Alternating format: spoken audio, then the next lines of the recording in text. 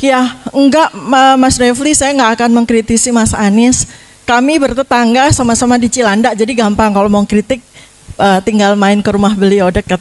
Tadi saya juga udah sampaikan sama Bang John, karena saya hanya punya waktu 5 menit, 2 jam sisanya kita selesaikan nanti di di pendopo aja Mas Anies ya.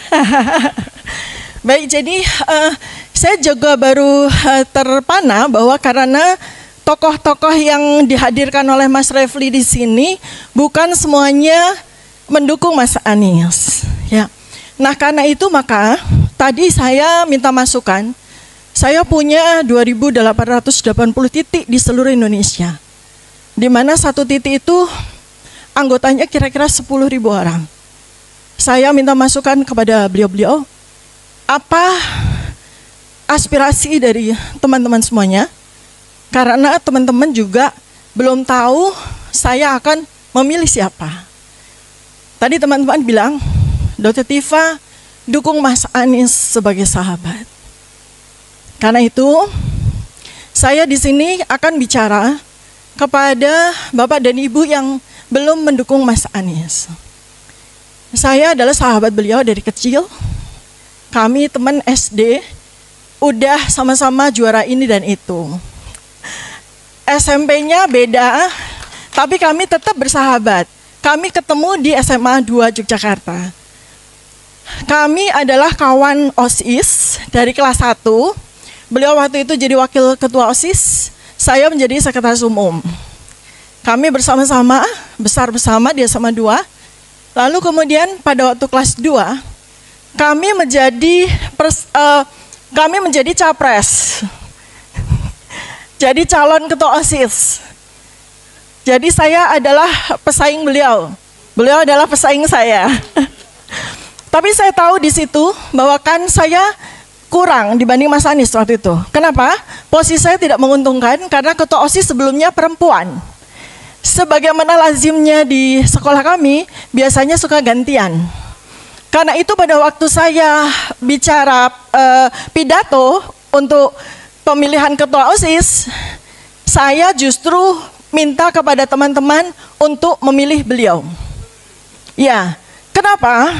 Karena selama 1 tahun kami bersama di OSIS, saya melihat bahwa Mas Anies memang dipersiapkan menjadi pemimpin besar.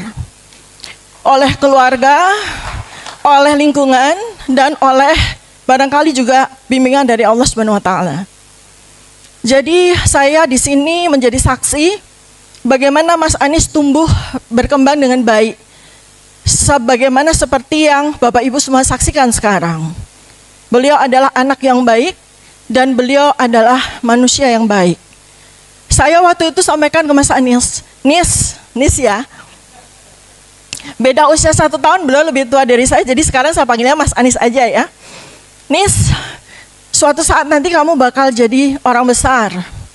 Saya prediksi kamu akan jadi menteri, ternyata benar. Sekarang mungkin Mas Anies mau nanya, Tifa prediksikan saya jadi presiden enggak? Saya harus makmum kepada Bapak Abdullah Hehamahua, bahwa kita tidak boleh mendahului takdir. Sebenarnya presiden itu kita di tahun 2024 sudah ada di Lauhul Mahfuz. Apakah itu Mas Anies ataukah orang lain? Tetapi sebetulnya yang ingin saya sampaikan di sini bahwa pemilihan presiden ini harus kita kawal dengan sebaik-baiknya agar menjadi suatu sejarah yang indah bagi negara ini karena sudah kadung carut marut.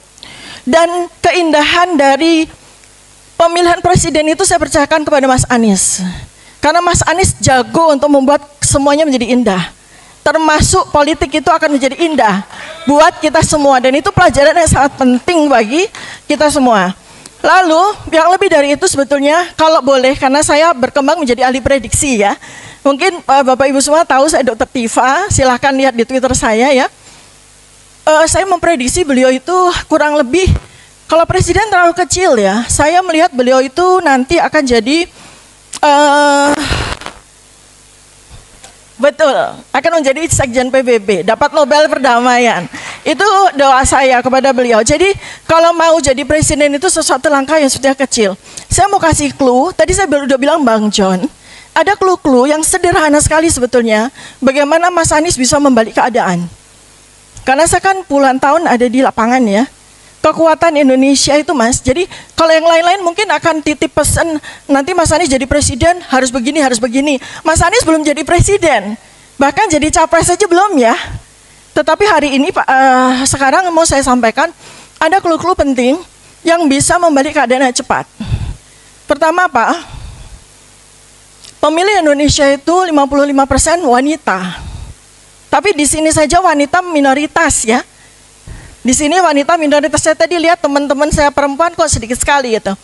Nah 55% perempuan itu, 55% perempuan itu sang mama ya, perempuan, 70% adalah wanita dewasa muda, 30 tahun sampai 55 tahun, mereka adalah pemilih aktif, sangat membenci yang namanya pornografi. Ya.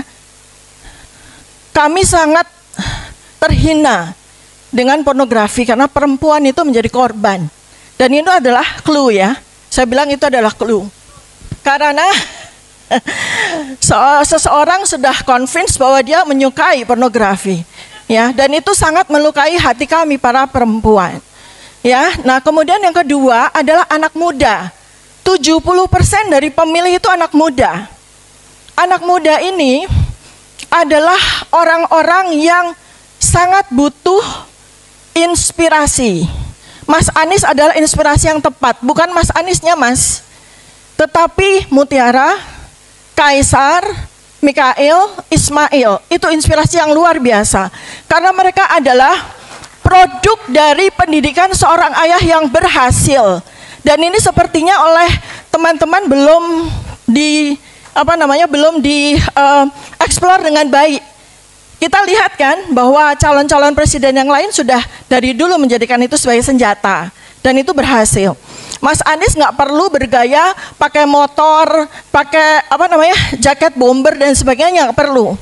Karena Mas Anies itu udah punya suatu stereotip bapak kebapakan ya. Jadi nggak perlu harus ganti baju yang aneh-aneh seperti naik motor moge dan sebagainya, nggak perlu.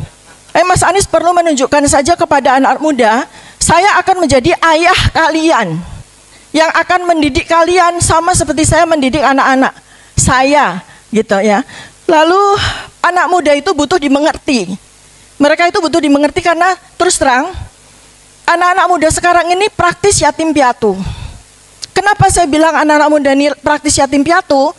Karena mereka itu dididik oleh orang tua yang IQ-nya ratanya 78. Bayangkan, anak-anak muda sekarang ini yang lahir di atas tahun 2000, tahun 1998 ya, sampai dengan sekarang itu, mereka menjadi anak muda yang jadi calon pemilih, itu dididik, dirawat, diasuh oleh orang tua yang IQ-nya 78. Bayangkan, kenapa kok bisa begitu? Karena angka stunting Indonesia itu 40% dari tahun 1945 sampai sekarang. Artinya anak-anak muda dilahirkan dari orang tua dengan IQ rata 78. Nah, makanya ini beban berat sekali ketika capres nanti. Orang-orang yang IQ-nya itu rata 78 akan sangat mudah. Dikasih amplop 20.000 aja mereka mau coblos. Siapapun juga yang kasih amplop itu. Jadi ini adalah pesan saya buat Mas Anies dan teman-teman relawan. Jadi sebagai penutup, setengah menit terakhir, 30 detik terakhir deh.